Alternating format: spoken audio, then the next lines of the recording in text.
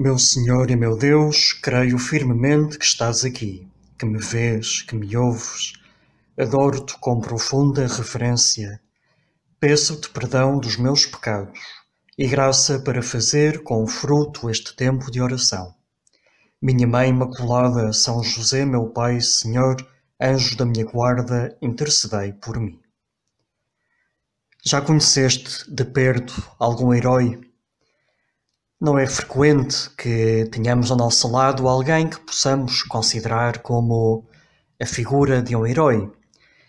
E nestes dias tenho pensado muito numa pessoa ao lado de quem pude estar durante 2 anos, que para mim é realmente um herói. Tive a possibilidade de conhecer de perto um deles. Agora que passou uma semana da sua morte, eu gostava, Jesus, nestes 10 minutos, de meditar na tua presença sobre o exemplo deste homem. Lembrei-me dele muito especialmente por causa daquelas palavras que tu me dizias e dizia a ti também que me ouves no passado domingo. Falavas de como cada um de nós tem de fazer render os talentos que tu nos deste. E este herói de que agora falo soube fazê-lo de maneira admirável. Chamava-se Luís de Moya, era espanhol, nascido numa cidade de Espanha chamada Ciudad Real, e estudou medicina. Estando a fazer o curso em Madrid, conheceu o Opus Dei e quis ser do Opus Dei. Estudou o seu curso, passado uns tempos, foi para Roma estudar teologia e veio a ser ordenado sacerdote. Durante uns anos viveu em Pamplona, em Espanha, e era o capelão da Faculdade de Arquitetura da Universidade de Navarra, nessa cidade espanhola. Dedicou-se também a várias outras tarefas pastorais. Um dia, em 1991, tinha ido visitar a família à sua terra e ao voltar teve um acidente, do qual ele não recordava nada, mas ao acordar foi descobrindo a pouco e pouco que não tinha movimentos, apenas conseguia mover a cabeça, pois tinha ficado tetraplégico.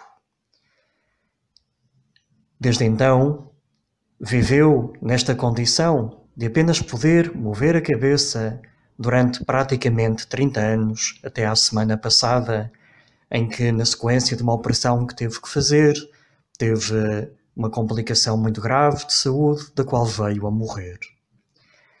Quando vivi em Pamplona, eu próprio, há uns anos atrás, pude viver na mesma casa em que ele vivia e, além disso, fazer parte de uma equipa de algumas pessoas que, por turnos, o acompanhávamos dia e noite, quando estávamos de turno. Por isso, quero agradecer-te aqui, Jesus, teres-me dado a possibilidade de acompanhar de perto durante tanto tempo este herói autêntico.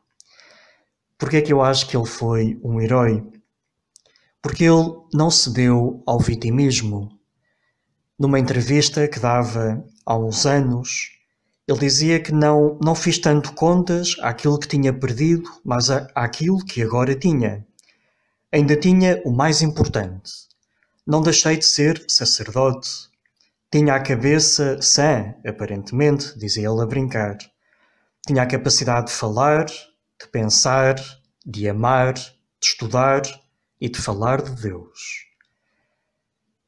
Chegou a escrever um livro com a sua experiência de tetraplégico, um livro chamado Sobre la Marcha, um tetraplégico que ama a vida, que foi também editado em português com o título Sobre Rodas, porque essa foi a realidade dos últimos 30 anos da sua vida, que foram algo mais da metade dos anos que ele viveu. Nesse livro dizia, a propósito da sua experiência interior, ao dar-se conta de que tinha ficado tetraplégico para sempre, eu não devia procurar o mero sentir-me cômodo ou o menos contrariado possível dentro das minhas 4 paredes, como se não pudesse fazer outra coisa, como se já ninguém esperasse nada de mim. Se tivesse caído nessa perspectiva, teria condenado a minha vida ao lamento permanente como pano de fundo. Consentir nessa visão tão negativa da minha situação seria, para além de estar a pactuar com uma falsidade, autocondenar-me ao vitimismo. Ir pelo mundo com complexo de vítima, como que dando pena, aparecia à minha inteligência, à minha sensibilidade como pouco galhardo e um tanto falso, porque via com clareza que, tendo a cabeça sã, não havia razão para não a utilizar com proveito. Como impressiona Jesus, como impressiona a mim, a atitude deste homem, homem de fé, homem também de grande coragem, um autêntico herói, que, colocado numa situação de vida muito penosa aos olhos de tantos, soube, ainda assim, ser agradecido por aqueles talentos que tu permitiste que ele ficasse, que ele tivesse naquela condição. E pude ver como dia a dia ele batalhou por pôr a render ao máximo aqueles talentos que tu lhe deste. Todos os dias rezava meia hora, muito cedo, e celebrava a missa. Estava autorizado a celebrar a missa, mesmo não podendo usar as mãos, porque concelebrava com outro sacerdote. Pôde fazê-lo até bem perto da sua morte, todos os dias. Depois do pequeno almoço, passava toda a manhã a trabalhar no computador. Almoçava com todos os outros na residência onde vivíamos, em Pamplona. Conversava depois, durante um tempo, com pessoas da sua casa e fazia um tempo de fisioterapia, durante o qual rezava o terço, às vezes passando pelas brasas, é certo, e voltava a pôr-se ao computador, a trabalhar com breves paragens para rezar até ao jantar. Gostava de ver um bom filme, habitualmente ao domingo à tarde. Alguns escapávamos até ao quarto dele para ver o filme com ele. Também via de vez em quando futebol. E gostava especialmente de cozinhar. Imagina! Aos sábados, à hora do almoço, vinha até ao jardim e juntávamos uns quantos com um fogão a gás e uma caixa grande que chamávamos o sarcófago, cheia de artigos de culinária. E ali o Dom Luís, o Padre Luís, orientava: tu agora faz isto, tu faz aquilo. Muitas vezes pedia a alguém, também a mim, às vezes, que fosse comprar coisas para fazer os pratos naquele almoço.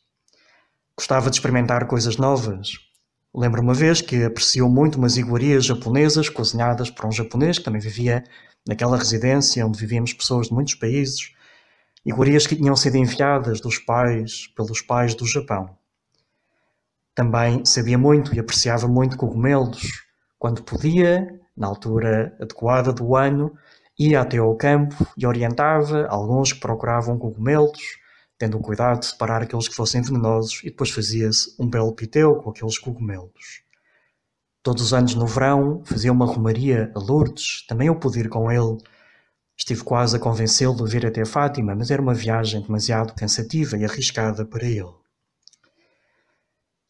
Este homem, senhor, este sacerdote, não se resignou ao vitimismo, nem se revoltou contra ti, mas com a luz interior da fé, com a força que vinha da fé, ele sabia que continuava a poder ser muito útil ao teu serviço. E lutou dia a dia por aproveitar essas qualidades que ainda conservava. Durante muito tempo ainda pôde-se dar aulas de ética aos alunos da Faculdade de Arquitetura. Passava tempo a atender pessoas na confissão e na direção espiritual. E trabalhou muitas horas, semanas, meses e anos a fio num site chamado fluvium.org, em que preparava uma newsletter semanal que ainda até há 3 semanas atrás enviou a mais de 100.000 pessoas, com textos seus, homilias, reflexões, artigos sobre a vida da Igreja e também vídeos com meditações que pregava sobre festas litúrgicas. Dom Luís de Moya foi para mim um herói, se não mesmo um santo senhor, e faz-me pensar: o que é que eu estou a fazer com aqueles talentos que tu me deste? Será que fico a lamentar-me do que não tenho? Será que deixo lugar à inveja ao ver que outros têm mais qualidades do que aquelas que eu tenho e fico triste com isso? Pode-me vir esse pensamento, Jesus, mas eu quero afastar. O mais importante não é pensar naquilo que eu não posso fazer, mas naquilo que, pela tua graça e com o teu dom, eu estou em condições de fazer. Dom Luís chegava a dizer que a situação dele tinha certas vantagens. Dizia até se calhar demasiado forte dizê-lo, mas tinha muitas vantagens para mim.